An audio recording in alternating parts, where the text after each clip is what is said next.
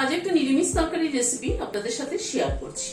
একটু ভিন্ন রকমের কিন্তু নিরামিষ তরকারিটা একঘেয়ে গতানুগতিক থেকে একটু আলাদা, কিন্তু যেটা ডালের বড়া করে ছোট ছোট আলু কেটে তা দিয়ে সর্ষে পোস্ত বাটা দিয়ে করেছি। খেতে কিন্তু দারুণ হয়েছিল। চলুন তাহলে একবার দেখে নি কি করে বানাই। এখানে মুগ ডাল খানিকটা আমার হাতের মুঠে 2 মুঠের একটু বেশি হবে, ধুয়ে ভালো করে ঘন্টা 2 মতো ভিজিয়ে রেখেছিলাম।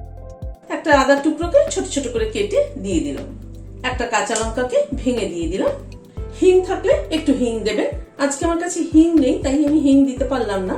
একটু জল দিচ্ছি, একটা পেস্ট তৈরি করে নিচ্ছি। ডালের পেস্টটাকে ঢেলে নিচ্ছি একটা বাটিতে।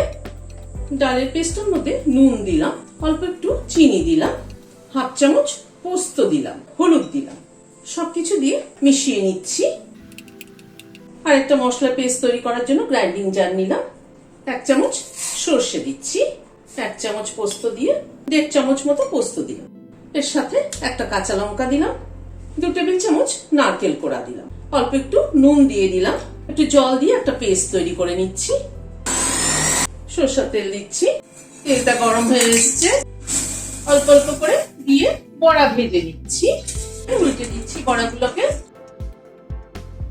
কড়াইতে একটু সরষের তেল দিচ্ছি, তেলে হাফ চামচ কালো জিরে ফোড়ন দিলাম। কালো জিরেটাকে একটু ক্র্যাক করিয়ে নিচ্ছি, গ্যাসের ফ্লেমটাকে কম রেখে। এখানে একটা আলু ছোট ছোট করে কেটে একটু বয়েল করে নিয়েছি। পরিমাণ মতো নুন দিলাম, হলুদ দিলাম পরিমাণ মতো। ভেজে নিচ্ছি আলুটাকে, মিনিট 2 সময় ধরে ভেজে নিলাম। এবার সরষে পোস্ত নারকেল যেটা পেস্ট করেছিলাম সেটা দিয়ে দিলাম। সরষে পোস্তটাকে খুব একটা বেশি কিন্তু ভাজবো না, হালকা একটুখানি নাড়াচাড়া করব। এই মিনিট খানেক একটু নাড়াচাড়া করলাম। পরিমাণ মতো চিনি দিয়ে দিচ্ছি, সামান্য একটু জল দিচ্ছি।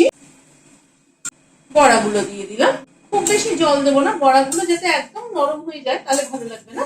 বড়ার মধ্যে একটু ঝোল ঢুকবে, বড়াটা হালকা নরম হবে, তাহলে কিন্তু ভাত দিয়ে মেখে খেতে ভালো লাগে। একটুখানি ফুটুক, জাস্ট একটু মিনিট খানেক একটু ফুটলো। খানিকটা ধনেপাতা কুচি ছড়িয়ে দিলাম, একটু কাঁচা সরষের তেল দিয়ে দিচ্ছি, একটা কাঁচা লঙ্কাকে ভেঙে দিয়ে দিলাম জাস্ট ফ্লেভারের জন্য। গ্যাসের ফ্লেমটাকে বন্ধ করে দিলাম, মিশিয়ে দিচ্ছি। যে কোনো নিরামিষের দিনে এরকম কিন্তু বড়ার একটা তরকারি করলে দারুণ, এই দিয়ে কিন্তু ভাত খাওয়া হয়ে যাবে।